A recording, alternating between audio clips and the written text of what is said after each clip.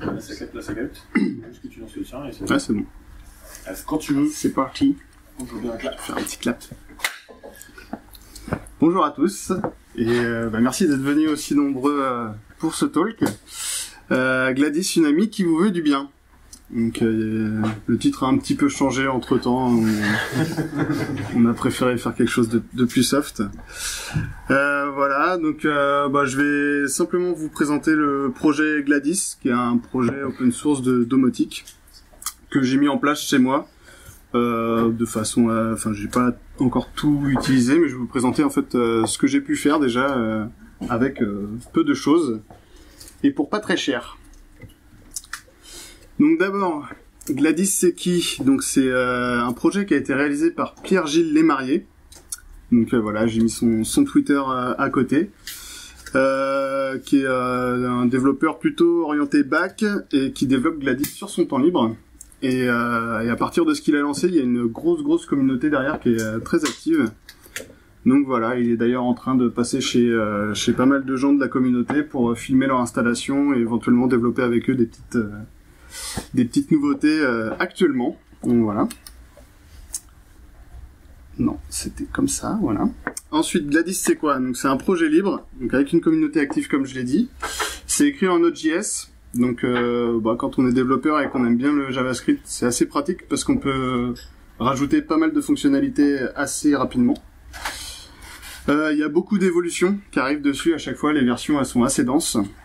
Et même quand on n'est pas développeur, c'est quand même relativement facile d'accès. Donc d'abord, comment on fait?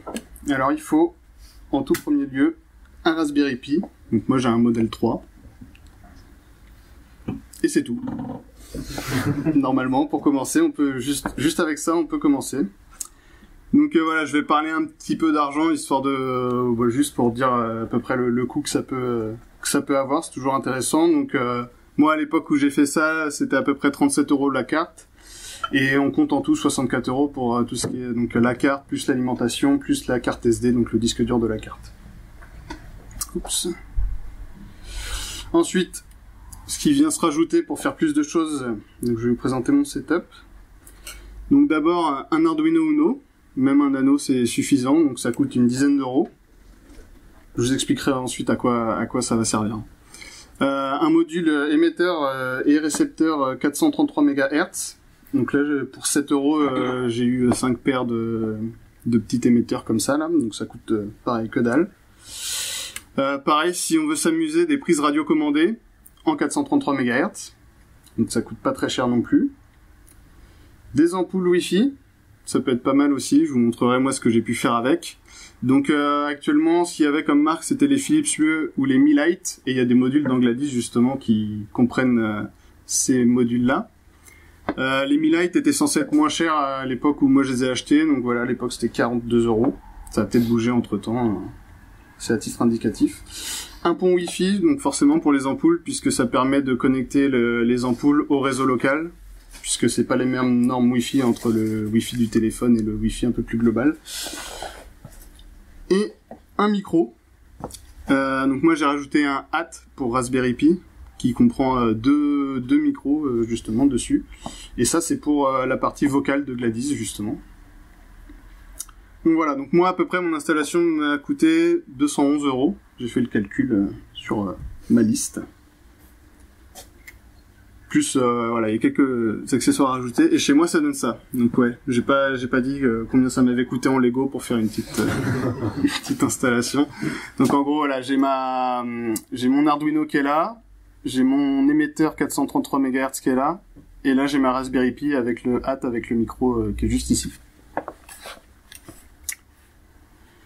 Ensuite, je vais vous parler vite fait de l'installation. Alors, c'est tout simple, comme n'importe quel système. Quand on a une Raspberry Pi, on a d'abord une image qui est proposée par le projet Gladys. Donc, tout simplement une image disque à copier sur une carte SD. Et après, il suffit de lancer le Raspberry Pi et ça tourne. Et si on veut, si on a déjà un système en place et qu'on veut l'installer à la main, il y a une installation complète déjà qui est décrite aussi sur le GitHub du projet. Et c'est un peu plus complexe, mais ça se fait très bien aussi comme installation à la main. Maintenant, je vais vous présenter un peu plus les pages de Gladys. Donc quand on démarre, on a d'abord une interface de connexion. Alors la toute première fois, on a plutôt une interface pour enregistrer un utilisateur. Ensuite, on se connecte, donc avec un email et un mot de passe. On arrive sur une page d'accueil avec tout un tas de modules. Donc en fait, c'est des petites box qu'on peut disposer un peu comme on veut, enfin à gauche et à droite. Donc on a par exemple ici une box pour savoir qui est présent dans la maison. On peut se relier à une API de météo pour connaître la météo, à peu près en temps réel. On a, si on le souhaite, un module caméra aussi. Donc moi là, je l'ai fait juste pour m'amuser et puis je vous ferai une petite démo après pour vous montrer ce qu'on peut faire. Donc ça, on pourra avoir quelque chose chez moi. On a un calendrier aussi. Donc c'est pas mal parce qu'on peut le relier à notre agenda Google par exemple pour avoir ses événements. On a aussi une box musique. Donc ça permet, voilà, pareil, de connecter de la musique sur une enceinte si on a une enceinte branchée à son Raspberry Pi. Et il y a même d'autres modules que moi j'ai pas utilisés, mais on peut piloter ça dans plusieurs pièces. Pardon, c'est pas facile à dire. Ensuite, voilà, il y a une page de réveil. Donc ça, c'est en fait on peut créer tout simplement des alarmes dans Gladys. Donc qui peuvent servir soit à nous réveiller ou soit à exécuter des tâches à certains moments de la journée. Donc par exemple, moi j'ai défini des alarmes pour tous les jours de la semaine où je travaille, pour lui dire par exemple de se déclencher à 7h30. Et j'ai aussi une tâche de synchronisation des calendriers, et ça c'est une tâche cron en fait qui va s'exécuter toutes les 30 minutes pour synchroniser mon agenda Google avec l'agenda dans Gladys. Ensuite, il y a une partie device. Donc ça, c'est une page qui permet justement de contrôler les devices qu'on a dans Gladys. Donc ça peut être autant la lumière que des prises, que tout ce qu'on a ajouté dedans. Donc moi, par exemple, là, dans la chambre, j'ai juste mon ampoule Wi-Fi. Donc avec un interrupteur on-off, des modes différents. Donc ça, c'est les modes qui sont proposés par les Mi Light. Donc le night mode pour avoir une lumière très très faible. Je peux régler la luminosité aussi, et je peux mettre des effets pour avoir des lumières qui clignotent, etc. On voit aussi dans mon salon, par exemple, j'ai mes prises connectées, donc j'ai la prise 1 et la prise 2, qu'on peut renommer éventuellement. Et il y a un module Spotify aussi, parce que moi j'utilise ma musique via Spotify, et donc voilà, je peux lire ma musique avec ça. C'est pas encore l'heure. On a ensuite le cerveau de Gladys, donc ça c'est la partie machine learning. Donc il faut savoir que le développeur du projet il est assez fan du machine learning, et du coup il a développé son moteur de machine learning pour que Gladys puisse apprendre. Donc voilà, il y a déjà des phrases qui sont préenregistrées quand on lui parle, et on peut en ajouter d'autres quand elle comprend pas en fait. La phrase elle est enregistrée dans les phrases en attente. Et éventuellement, on peut lui affecter en fait une commande ou non pour lui dire, bah voilà, maintenant à chaque fois que tu entendras ça, il faudra que tu déclenches telle action. On a ensuite les scénarios. Donc là, la page ressemble pas mal à celle des alarmes, mais du coup, voilà, on peut faire des scénarios. Donc en fonction de certaines alarmes, déclencher plusieurs actions. Donc ce que je vous disais, c'est que j'avais toutes mes alarmes, par exemple pour les jours de la semaine. Et bah là, j'ai tous mes scénarios pareil pour les jours de la semaine pour mes réveils. Donc à chaque fois que j'ai mon alarme du lundi qui se met en route, le matin à 7h30, bah je veux que Gladys allume la lumière dans le salon, m'allume la lumière dans la chambre et mette en route ma bouilloire, parce que comme ça, quand je me lève, j'ai de l'eau qui est chaude. C'est quand même plus pratique. Voilà, et ensuite, voilà, on a une page de modules avec un store de modules officiels, et aussi on peut retrouver des repos sur internet qui sont pas encore officiels qu'on peut tester, donc on peut les ajouter à la main. Mais sinon, tous ceux qui sont officiels sont directement intégrés dans Gladys, et on peut choisir du coup les modules qu'on veut. Donc en fait, le principe du projet c'est ça, c'est qu'en fait Gladys c'est un core qui est assez simple, assez basique, et le but après pour tous les devices ou toutes les actions qu'on veut faire, c'est que des modules qui viennent s'ajouter dessus en fait. On a aussi des scripts, donc pareil, qui sont en JavaScript. Et donc voilà, on peut créer ces scripts soi-même qu'on peut exécuter à n'importe quel moment.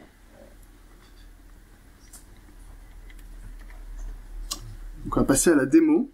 Alors j'ai d'abord une petite vidéo à vous montrer, puisque là je vais pas pouvoir vous montrer comment marche Gladys avec la voix, donc je me suis enregistré hier.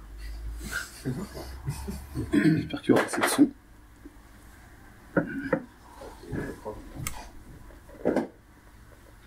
Si ça avait bien marché aussi, ce serait cool.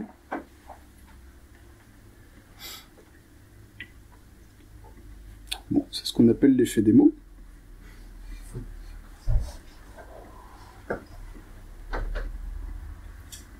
Ça ne veut pas.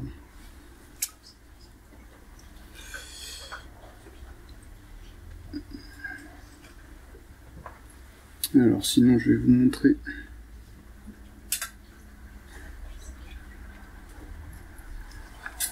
Tac. Est-ce que je l'ai toujours?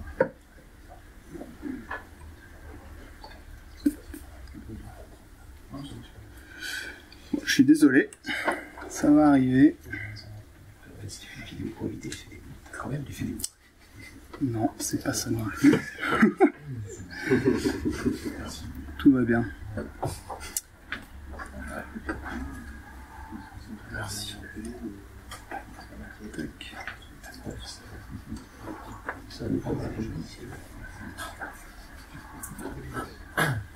Putain, je suis un galérien, mais littéral. C'est bien. Je vais pas presser, t'inquiète. Ouais. Gladys MP4 là. Je vais fermer. Pupitre pour les TMS, ce serait pas mal. Hein. On a pas de pupitre. Ouais. Ouais, bah on va investir. Pas de rien.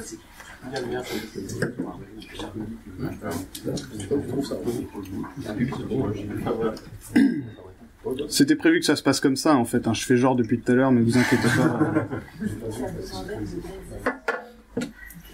Hop.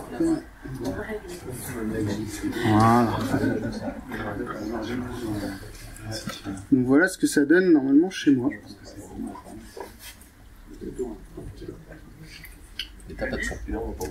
Et j'ai le son sur mon ordinateur.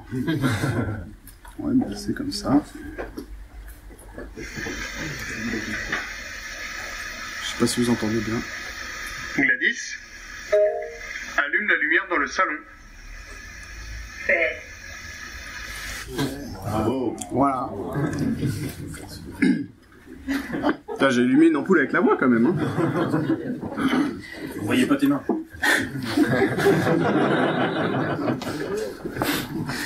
J'ai ma copine qui appuyait sur l'interrupteur à ce moment-là, c'est pour ça. Donc voilà. Et du coup, je vais pouvoir vous faire une petite démo en live de comment ça se passe chez moi. Donc là, je suis sur mon instance de Gladys.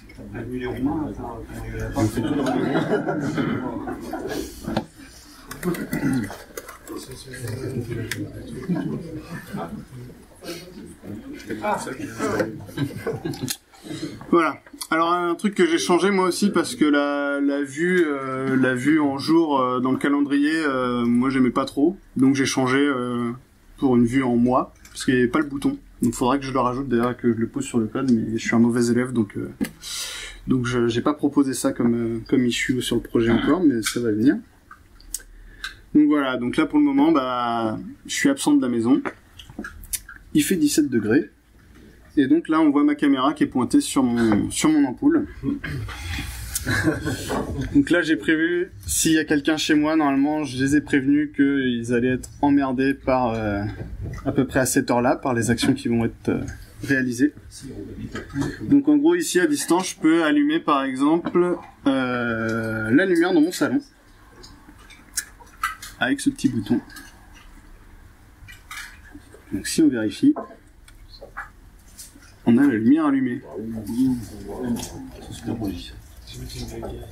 Alors j'ai pas prévu aussi pour le film, mais il y a un module dans Gladys qui s'appelle Telegram.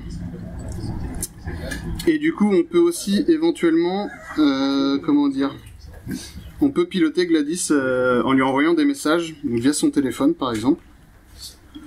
Donc faut que je trouve, je vais vous remettre ça pour vous montrer. Faut que je retrouve où est-ce que je l'ai mise. Voilà. Donc il y a tout un mode opératoire pour la configurer.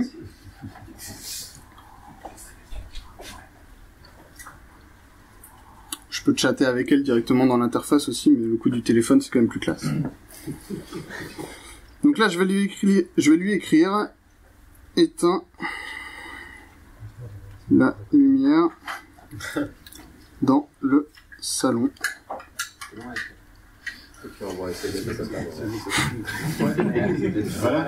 Et voilà. Donc là, pour le moment, je vous ai montré un peu que des trucs d'ampoule, donc c'est vrai que c'est pas foufou, mais on peut faire pas mal de choses encore avec. Donc par exemple, un autre scénario que j'ai utilisé ce matin, par exemple, c'est quand je m'en vais de chez moi. Je la préviens justement à la voix que je pars, et comme c'est toujours chiant de vérifier si on a fait le tour des pièces pour savoir si les lumières sont éteintes, etc. Quand je lui dis que je pars, justement, elle éteint la lumière dans ma chambre, elle éteint la lumière dans le salon, et elle éteint ma bouilloire aussi, puisque je l'avais allumée le matin pour avoir mon eau chaude. Et donc voilà, après on a toutes les pages que je vous ai présentées. Donc les scénarios, ils se présentent comme ça. Donc on peut le faire en façon éditeur de texte, mais on a aussi une interface pour créer un scénario, qui est quand même un peu plus sympa. Donc on va commencer par nommer le scénario. Donc là je vais faire un test. Ensuite on choisit le déclencheur. Donc ça peut être au changement d'état d'un device par exemple, ça peut être en fonction du lever ou du coucher du soleil. Ça peut être si on veut quand une alarme qu'on a programmée au préalable se déclenche. Ça peut être si un utilisateur interagit avec la maison. Ça peut être si la maison change d'état, si le système change d'état. Et la zone, j'ai pas encore trop essayé, je sais pas trop comment ça fonctionne. Donc, par exemple, je peux lui dire quand j'ai une alarme qui se déclenche, je choisis l'alarme, par exemple le mercredi. Ensuite, on peut rajouter des conditions. Donc je peux choisir d'exécuter ce scénario uniquement si la maison est vide, s'il fait nuit, s'il fait jour, si la maison est non vide et si un utilisateur est présent. Alors c'est des événements qui sont bien distincts, donc il faut faire attention à ce qu'on veut faire. Et on peut éventuellement ne pas faire de conditions. Et ensuite voilà, là on va définir les actions, qu'on peut en ajouter autant qu'on veut. Donc ça peut être l'exécution le changement d'état d'un device particulier, donc allumer quelque chose ou éteindre quelque chose. On peut, si le module n'est pas encore bien prévu on peut avoir créé un script qui va exécuter des événements justement, et on peut lui demander de s'exécuter. On peut créer un événement aussi qui va déclencher d'autres actions. On peut créer des notifications. Voilà, et puis il y a une option pour synchroniser les calendriers aussi, c'est assez pratique.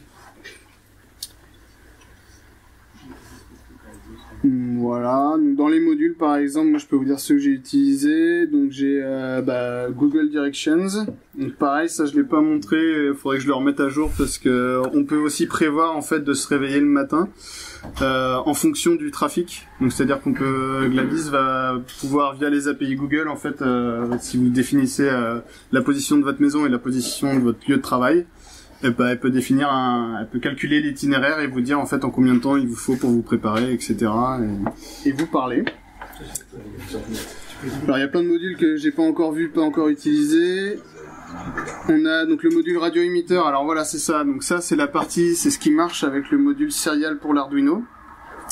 Donc en fait, mon Arduino, moi, il me sert à piloter mes prises 433 MHz, donc à piloter ma bouilloire notamment à l'heure actuelle.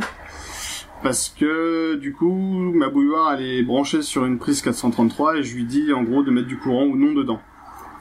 Et donc avant ça, à l'origine, dans Gladys, c'était directement un module du Raspberry Pi qui s'occupait de ça, sauf qu'en fait, comme c'est un genre d'attente actif, ça a bouffé tout le CPU de la carte. C'est pour ça qu'on branche juste un Arduino dessus et on délègue en fait cette partie un peu conne à l'Arduino, qui lui va s'occuper dès qu'il reçoit l'ordre en fait d'envoyer le signal. Justement d'envoyer le vrai signal 433 MHz via l'émetteur à la prise, et ça marche de la même manière pour le récepteur. C'est-à-dire que pareil, si on veut envoyer un signal en 433, par exemple rien que des détecteurs de personnes dans des pièces ou ce genre de choses, avec le récepteur sur l'Arduino, on peut éventuellement exécuter d'autres actions. Alors on a le module Speak qui permet de faire parler Gladys. Donc c'est grâce à ça qu'elle m'a dit c'est fait tout à l'heure. Alors j'ai pas encore testé tous les modules. On a un module qui vient d'arriver aussi pour allumer la télévision via la prise HDMI. Donc ça c'est assez sympa aussi. Bon, le souci, c'est que quand on veut l'éteindre, ça marche pas. Faut être sur la même prise HDMI. C'est-à-dire que si vous choisissez vos sources, par exemple, vous êtes sur la télé est éteinte. Donc vous envoyez le signal, ça va allumer la télé, il n'y a pas de problème. Par contre, si ça s'allume et que ça s'ouvre sur la Freebox qui est sur une autre prise HDMI, bah là, vous pourrez plus éteindre votre télé avec la voix. Ça, c'est le truc qu'il faut encore. Faudra encore bosser dessus. On a le module Spotify Connect, donc justement pour la musique avec Spotify. Telegram, donc ça c'est ce qui permet d'envoyer des messages via le téléphone. Merci Sandra. C'est petit. Voilà, et puis il y a d'autres modules, donc avec les technologies Z-Wave, Enocean, il y a quoi d'autre que j'ai vu? MQTT. Voilà, FHEM, Wimo, donc en fait ça c'est plein d'outils de domotique qui sont propriétaires, qui ont leur technologie, mais qu'on peut intégrer dans Gladys assez facilement aussi.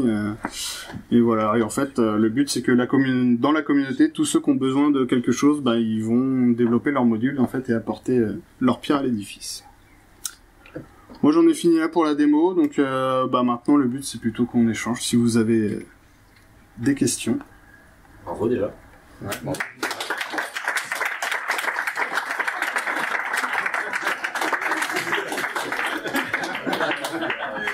Pour le truc des questions aussi. C'était l'anniversaire d'Anthony il n'y a pas longtemps. Donc, Merci. Le pire c'est que ça va durer en plus. Ouais, c'est ça, bah là ça va rester. Non mais c'est bien. Tu avais regardé Sarah ou pas? Sarah c'est un projet un peu plus ancien mais qui fait la même chose. D'accord, non. Sauf qu'en reconnaissance vocale et faciale, ils utilisaient la Kinect. D'accord. Et ce qui fait que tu pouvais, en termes de spectre audio, ça allait un peu plus large. Mais, Alors non, Sarah, j'avais pas regardé. Par contre, sur le forum de Gladys, il parlait justement du micro Kinect. Ouais. Parce que, alors après moi, sur mon micro, ça marche pas mal en termes de reconnaissance, mais des fois, elle reconnaît un peu trop quand on lui dit Gladys, et surtout le S et les is en fin de mot en général.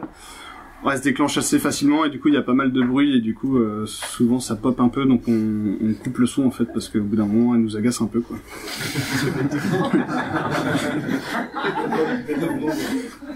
C'est vrai.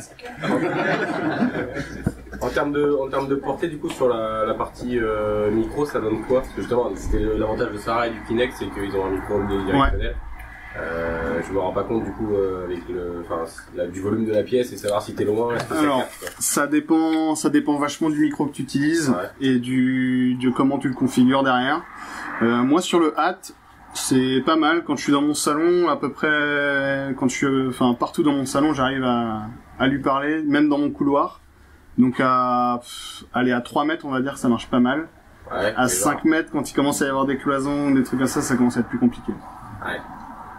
Après, faut passer sur un micro genre Guns. Ouais, je pense que c'est ça. C'est vraiment le traitement du son derrière qui est plus le micro qui va traiter vraiment le bruit ambiant surtout en fait. C'est ça qui est compliqué. Et du coup, il y a une carte d'extension pour Raspberry Pi qui a 8 entrées microphones justement dessus. Et celle-là qui est assez réputée visiblement. Mais du coup, ouais, c'est encore ils en parlent pas mal sur la communauté, justement sur les forums, il n'y a pas encore de solution avec un micro, vraiment le micro rêvé. Tout le monde dit qu'ils ont toujours des petits soucis d'ajustement avec le micro. Du coup, j'ai une autre question, c'est est-ce que c'est facile justement d'interconnecter Gladys avec d'autres systèmes? Genre, ça t'intéresse d'avoir la partie elle parle et elle reconnaît la voix. Enfin, en gros, c'est ce qui me manque sur ma domotique actuelle, j'ai déjà 3 systèmes interconnectés. Oui, ça va. Mais par contre, j'aimerais bien, toi, la mettre en surcouche. Est-ce qu'elle est capable de communiquer en HTTP, Ouais, alors le module, par exemple, en fait, le module pour parler avec elle, donc Gladys Voice, c'est un module à part, en plus, qu'il faut installer à la main, par exemple, qui n'est pas présent forcément dans l'image de départ. Et ça communique via HTTP, justement, via HTTPS, avec Gladys, notamment. Donc après, les API sont ouvertes, faut voir comment on peut l'adapter. Je pense qu'il y a du code à faire, il n'y a pas de passerelle encore prévue pour. déjà de base. Mais Gladys sait faire des appels HTTP ou pas? Ouais. Genre dans un scénario, tu peux dire si je reçois telle commande, j'envoie tel appel. Ouais, tu peux, ouais, parce que comme tout est en JavaScript, en fait, il y a déjà des trucs de prévus pour faciliter ça, en fait. Donc tu peux déjà, via requête HTTP, tu peux lancer des trucs. Des questions, alors, parallèles à Gladys, tes modules RFXCOM, ils ont une portée de combien là? Enfin, t'es 433 MHz. Ça fait 600 mètres carrés. Là, non, la portée, pareil, je sais pas, moi je suis dans mon appart, donc d'un bout à l'autre de la pièce, ça marche nickel, et j'ai même en plus soudé une petite antenne dessus qui se rajoute, et ils disent qu'avec une antenne, on peut avoir une portée, je crois, proche du kilomètre. J'ai pas testé, donc voilà. Ouais, par contre, je pourrais éventuellement chercher le voisin. Plein d'idées de côté de chez toi. Pareil sur les prises 433 MHz. Donc il y a déjà des prises, il y a des marques de prises qui sont prévues, genre la marque qui était prévue de base, c'est la marque Phoenix, je crois, un truc comme ça. Moi j'ai des prises totalement génériques, voilà, donc j'ai dû adapter moi-même le code de Gladys en fait pour comprendre le code d'allumage et d'éteignage. D'extinction, c'est mieux, carrément. Le code d'extinction de la prise pour donc voilà, donc en adaptant dans la page des devices avec la valeur max et la valeur minimum pour envoyer le bon signal en fait. Moi je peux vous montrer comment c'est fait. Ouais, vas-y montre-nous. Ça te stresse? Dans les devices. Donc là j'ai voilà, par exemple j'ai ma prise, donc l'identifieur en fait ça c'est le code, il me semble, pour allumer. Et normalement dans les standards le code pour éteindre c'est ça plus 1. Et moi c'était pas du tout ça plus 1, c'était ça plus ou moins genre 10 ou quelque chose comme ça. Et du coup j'ai dû modifier le code pour prendre ça en compte et voilà, et dire que pour éteindre la prise il faut utiliser l'identifiant max en fait de la prise. Il faut toujours utiliser l'identifiant max. Exactement. Placement de produit. J'ai une petite question. Là, au niveau matos, quand on voit le signal, est-ce que la prise te répond je suis bien coupé ou elle te répond pas? T'as pas de retour d'état. Il n'y a pas de retour d'état? Non. 433. Ok, d'accord. Et là, c'est Z-Wave qu'il faut utiliser? C'est Z-Wave. Ouais. Mais tu vas pas substituer. Moi, le retour d'état, je l'ai directement quand j'entends un petit clic et quand je vais voir si la diode elle est allumée ou pas. Tu pilotes à distance, du coup, tu sais jamais si vraiment. Tu peux pas être sûr. Ouais. Tu passes en Z-Wave. Ça, c'est Z-Wave. Mais c'est beaucoup cher ou. Ouais, c'est bien plus C'est cher. entre 50 et 100 euros le module. Ouais.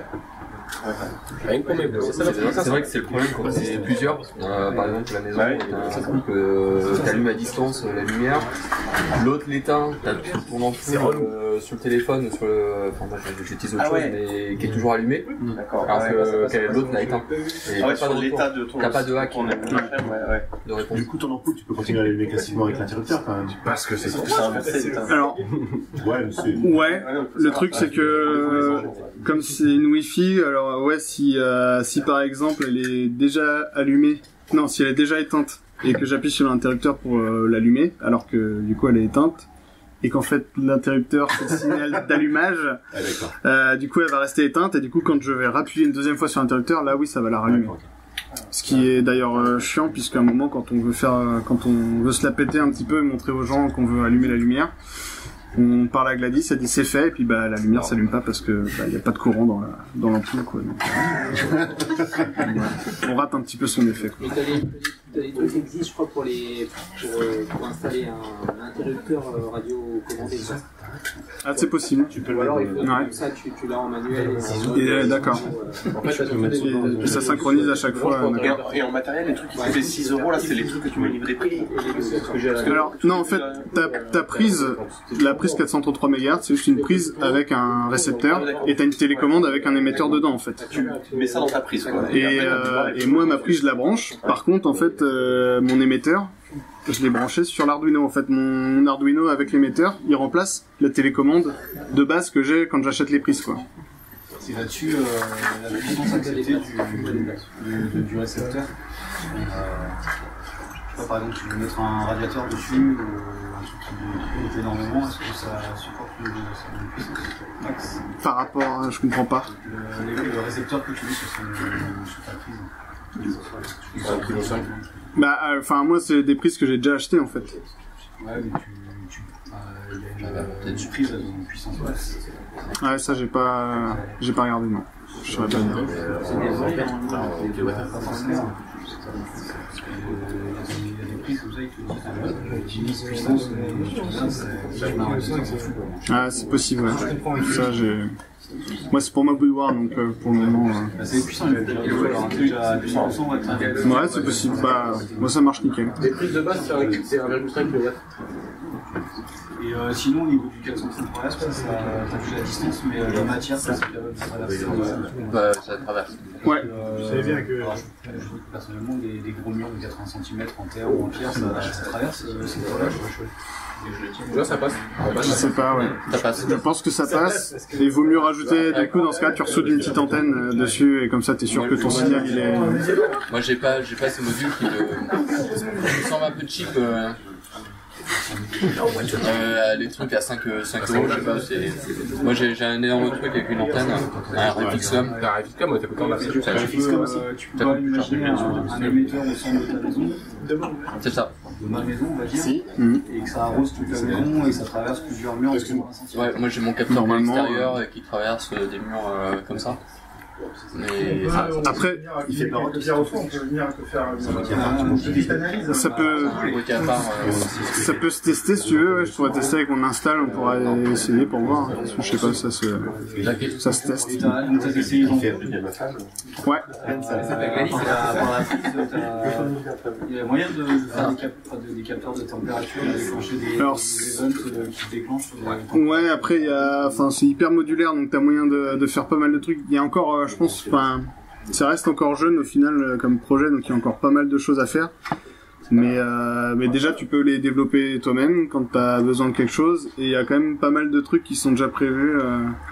Donc même pour comme pour tout ce qui est 433 MHz, qui est assez basique en fait, tout ce qui est basique derrière, c'est toi qui vas automatiser en fait les actions que tu veux faire. Mais rien qu'avec des choses basiques, tu peux faire pas mal de choses déjà. Et au niveau device, il y a les prises, il y a les ampoules, etc. Les ampoules c'est Wi-Fi, mais... Ouais, mais c'est un device aussi au final. T'as d'autres devices comme des capteurs, des détecteurs de présence. Ouais, tu peux pareil, si tu les enregistres, tu peux faire tes détecteurs de présence. Il y a un module Sonos pour des enceintes Sony Sonos là justement. Donc pareil, ça te fera un device Sonos. Ce qu'il faut savoir sur les devices, en fait, tu peux définir dans quelle pièce de ta maison ils sont, et ça permet du coup, par exemple, avec un Sonos, de dire, je veux que tu me joues la musique dans le salon, ou je veux que tu me joues la musique dans la chambre, etc. T'as accès au jeu sur du 433 Hz. T'as pas de Wi-Fi, t'as pas de câble à passer. Non, ça dépend de ce que tu utilises comme device. T'as du Z-Wave, donc ça passe par du Z-Wave. En gros, à chaque fois, ton device, il va avoir son protocole. Comme tu vois, là, t'as du radio, ça va être du 433. Là, t'as le Wi-Fi, c'est par le Wi-Fi. Et en fait, derrière, le corps de Gladys, il n'y a rien de bizarre quand je dis ça. Il sait en gros exactement quel protocole il doit utiliser, si ça a été défini dans